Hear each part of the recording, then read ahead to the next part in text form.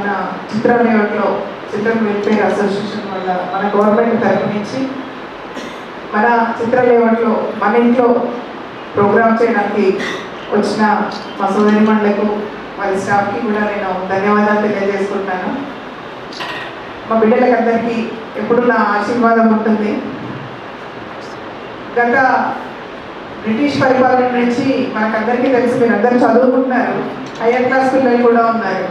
మనకు స్వాతంత్రం వచ్చి 75 సంవత్సరాలు పురస్కరించుకొని భారతదేశ ప్రభుత్వం ఒక పిలుపుని ఇవ్వడం జరిగింది. ఎంతో కష్టపడి మనం స్వాతంత్రాన్ని తెచ్చుకున్నాం. చాలా మందికి కూడా ఇప్పటికీ ఇండిపెండెన్స్ డేకి రిపబ్లిక్ డేకి డిఫరెన్స్ తెలియదు.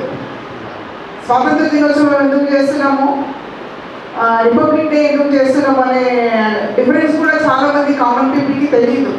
ఏదో జెండా ఎగరేస్తున్నది మళ్ళీ ఏదో ఒకటి అంతే. దాన్ని దృష్టిలో ఉంచుకొని భారత ప్రభుత్వము ప్రతి భారతీయుడికి ఎంత కష్టపడితే మనం ఈ స్వేచ్ఛ వాయువులను తీసుకొచ్చామో తెలియాలి అని అమృతోత్సవాలని చేసుకుందాం. మన దేశ చరిత్రని ప్రతి ఒక్కరికి, అంటే మన భారతీయులకే కాదు బయట ప్రపంచ దేశాలకు కూడా మనమేంటో మళ్ళొకసారి చూపిద్దాము అనే ఉద్దేశంతో మనల్ని మనము ఒకసారి గుర్తు చేసుకోవాలి. ఆ ఉద్దేశంతో అమృతోత్సవాలను నిర్వహించడం జరుగుతున్నది. దాంట్లో భాగంగానే ఈరోజు మిమ్మల్ని అందరినీ కలుసుకోవడం జరిగినది. సార్ నాకు నేను ఫోన్ చేశాను, మేడం అంటే ఈవినింగ్ పెట్టండి అందరూ ఉంటారు, అందరినీ కలవడానికి ఉంటుంది అన్నాను. కుదరలేదు మేడం ఇప్పుడు రండి అంటే వచ్చేసాను. అందులో మీరు అభ్యంతర పడాల్సిన ఇబ్బంది అభ్యంతరం ఏంటంటే నాకు ఈ ఆశ్రమంతో మీరు ఫస్ట్ వాసవి కాలనీలో పెట్టినప్పటి నుంచి నాకు అనుబంధం ఉంది. దీంతో నేను డైరెక్ట్ ఇంటరాక్ట్ అవ్వకపోయినా, ఎందుకంటే వాసవి కాలనీలో మా ఇంటి పక్కనే ఉంటుండే, తర్వాత గ్రీన్ హిల్స్ కాలనీలో, తర్వాత ఇక్కడ వైట్ హౌస్ లైన్లో ఉన్నప్పటి నుంచి నాకు ఫస్ట్ నుంచి నాకు తెలుసు ఈ ఆశ్రమం గురించి. చాలా చక్కగా ఇందాక మేడం చెప్పారు, పేరెంట్స్ ఉంటేనే పిల్లలు చెడిపోతున్నారు, ఎంతో వాళ్ళని జాగ్రత్తగా పెంచినా అన్న. కానీ మీ రెస్పాన్సిబిలిటీని, మీ భవిష్యత్తుని మీ చేతుల్లో పెట్టుకొని రేపు మనము ఒక అత్యున్నతమైన స్థానంలో ఉండాలి. ఈ దేశానికి మనల్ని పెంచి పెద్ద చేస్తున్న సంస్థకు మంచి పేరు తేవాలని మీరందరూ కష్టపడుతున్నారు. నాకు తెలిసి నియర్లీ నేను 26-27 ఇయర్స్ నుంచి మిమ్మల్ని ఈ ఆశ్రమాన్ని నేను అబ్జర్వ్ చేస్తున్నాను. ఇంతవరకు ఒక్క కంప్లైంట్ కూడా రాలేదు ఈ ఆశ్రమం మమ్మల్ని డిస్టర్బ్ చేసిండ్రు, వీళ్ళతోటి మాకు ఇబ్బంది అవుతుంది అని ఇంతవరకు ఒక్క కంప్లైంట్ కాదు కదా, కనీసం ఒక వాయిస్ కూడా బయటికి రాలేదు. పబ్లిక్లో కూడా డిస్టర్బెన్స్ ఉంది అని ఇంతవరకు రాలేదు. అంటే మీరు ఎంత క్రమశిక్షణగా పెరుగుతున్నారో దీన్ని బట్టి సార్ క్రమశిక్షణగా మిమ్మల్ని పద్ధతిగా, ఎందుకంటే మేము 1-2 పిల్లల్ని ఇంట్లో మేనేజ్ చేయడానికి చాలా ఇబ్బంది పడుతున్నాము. ముఖ్యంగా మీకు నేను ధన్యవాదాలు తెలియజేస్తున్నాను సార్. ఇందాక సార్ చెప్పినట్టు మనల్ని చూడడానికి చాలామంది ఉన్నారు, కానీ రేపు వాళ్ళందరినీ చూసుకోవడానికి మనం ఉండాలి. అవునా కదా? ఇవాళ మనకు ఎవరు లేరు, వీళ్ళు ఇబ్బంది పడుతున్నారేమో పిల్లలు, ఎందుకంటే ఇవాళ చాలామంది పేరెంట్స్ ఇక్కడ ఉంటున్నారు, పిల్లలు ఎక్కడో ఫారెన్లో ఉంటున్నారు. మిమ్మల్ని వాళ్ళ పిల్లల్లా అనుకుంటూ మీ దగ్గరికి వాళ్ళు వస్తున్నారు. వాళ్ళని రేపు ప్రొటెక్ట్ చేయాల్సిన బాధ్యత మనందరి మీద ఉంది కదా. సో వాళ్ళు ఏదో రూపంలో మనకు సహాయం చేస్తున్నారు. వాళ్ళకు రేపు మనము సమాజం నుంచి ఇవ్వాలా వద్దా? ఇవ్వాలి అంటే మీరు అందరూ ఏం కావాలి? బాగా చదువుకొని పాజిటివ్ పర్సన్స్గా బయటికి రావాలి సమాజంలోకి. అప్పుడు సమాజాన్ని మీరు ఎంత బాగా తీర్చిదిద్దగలిగితే మనము వాళ్ళకు అంత హెల్ప్ చేసిన వాళ్ళం అవుతాం. ఎలా అంటారా, మేము మంచి చదువుకొని మేము మంచి చేసేట్లయితే వాళ్ళకి చేసేదేంటి? అదే కదా మీ క్వశ్చన్. మీరు మంచి చదువుకొని మంచి పొజిషన్స్లో ఉన్నారనుకోండి, మంచి మంచి జాబ్స్లో ఉన్నారు, వాళ్ళు పెద్దవాళ్ళు అయిపోతారు, సీనియర్ సిటిజన్స్ అవుతారు. వాళ్ళకు మీ తరఫున ఏదైనా అవసరం పడవచ్చు, డిపార్ట్మెంట్ తరఫు నుంచి హెల్త్ పరంగా కానివ్వండి, ప్రొటెక్షన్ పరంగా కానివ్వండి, సైకలాజికల్గా కానివ్వండి, అవసరం పడతాం కదా. అప్పుడు మీరు వాళ్ళకి చేయగలుగుతారా, చేయలేరా? చేయగలుగుతాం కదా. ఇదే మనం ఒకరికి ఒకరము అని సమాజంలో అందరము ఒకటే అనే భావన దీంతోనే వస్తుంది. అది ఎలా అంటే సైకలాజికల్గా మనం అందరం ఒకటే, మనమంతా ఒక కుటుంబం అనుకున్నప్పుడు అది రాగలుగుతుంది. ఆ భావన తీసుకురావడానికి ఇవాళ మనం ఈ అమృతోత్సవాలని పురస్కరించుకొని ఇంత పెద్ద కాన్సెప్ట్ తీసుకోవడం జరిగింది. దీంతో ఏంటంటే మనము అందరము భారతీయులము ఒక్కటే, ప్రతి భారతీయుడు కూడా ఒకటే కుటుంబము, మేమందరము ఒకటే అని ప్రపంచ దేశాలకు చాటి చెప్పే పెద్ద అవకాశం మనకు ఈ జనరేషన్లో మనకు లభించింది. మా 100 years వచ్చే వరకు మనం ఉండమో తెలీదు, కానీ ఇప్పుడైతే మనకు అవకాశం వచ్చింది.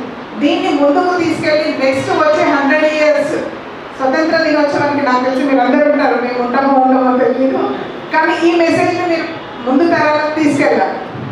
ఎందుకంటే మనము చాలా కష్టపడితే వాళ్ళు ఎంతో హ్యాపీగా ఉండగలుగుతున్నాం.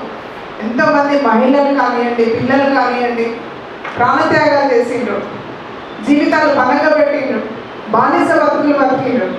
ఇవాళ మనల్ని ఎవరైనా ఒక మాట అంటేనే మనం ఇంత ఎత్తులు వేస్తుంటాము.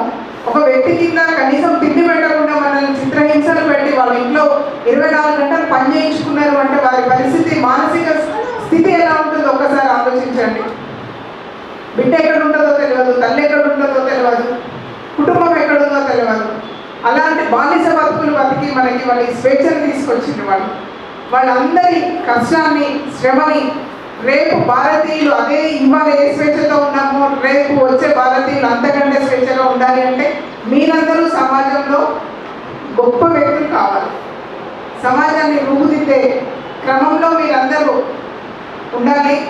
అందరూ కూడా ఒకటిగా ఉంటేనే రేపు మన భారతదేశం బాగుంటుంది. ఇబ్బంది పెడుతున్నారేమన్నా నా స్పీచ్ తోటి.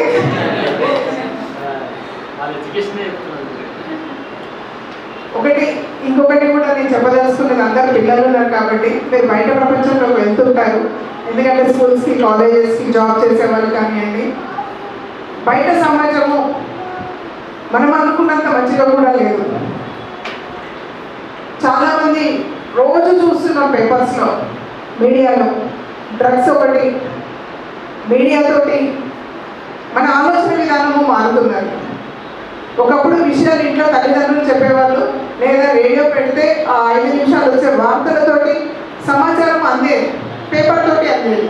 కానీ ఇవాళ సమాచారం మొత్తం మన అరిచేతిలో ఉంటుంది. అది మంచి నేర్పుతుందా, చెడు నేర్పుతున్నదా? ఎందుకంటే కొన్ని తీసుకునే వయసు మీది కాదు.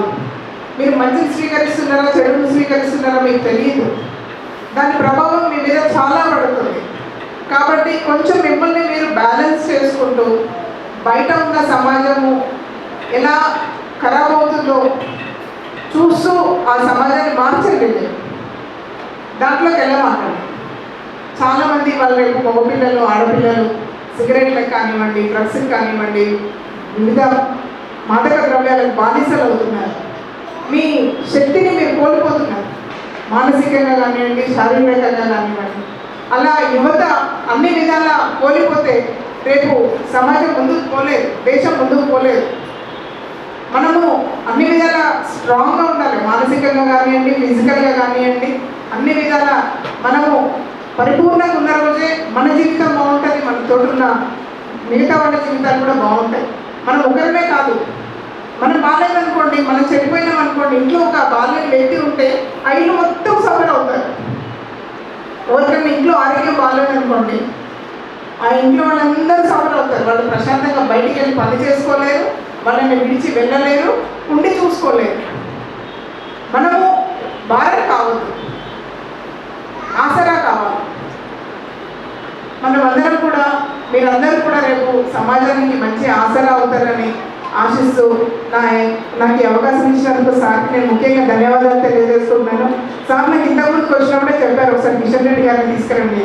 నేను అన్న దృష్టికి తీసుకెళ్ళాను. మిమ్మల్ని కూడా ఒకసారి వెళ్ళి కలిసిరండి, సారు సాటర్డే సండేస్ ఉంటారని చెప్పాను. సో మీరు ఎప్పుడు టైం ఇస్తాను కిషన్ రెడ్డి గారి సార్తో ఏమన్నారంటే, పార్లమెంట్ సెషన్స్ లేనప్పుడు ఎప్పుడన్నా వాళ్ళందరూ అవైలబుల్గా ఉంటే నాకు చెప్పు, నేను వస్తాను అని చెప్పారు. సో మీరు ఏదైనా నాకు ఒక 2-3 డేట్స్ ఇస్తే నేను కిషన్ రెడ్డి గారితో మాట్లాడి మీకు నేను అరేంజ్ చేస్తాను. అందరికీ ధన్యవాదాలు. మరొకసారి స్వాగతం.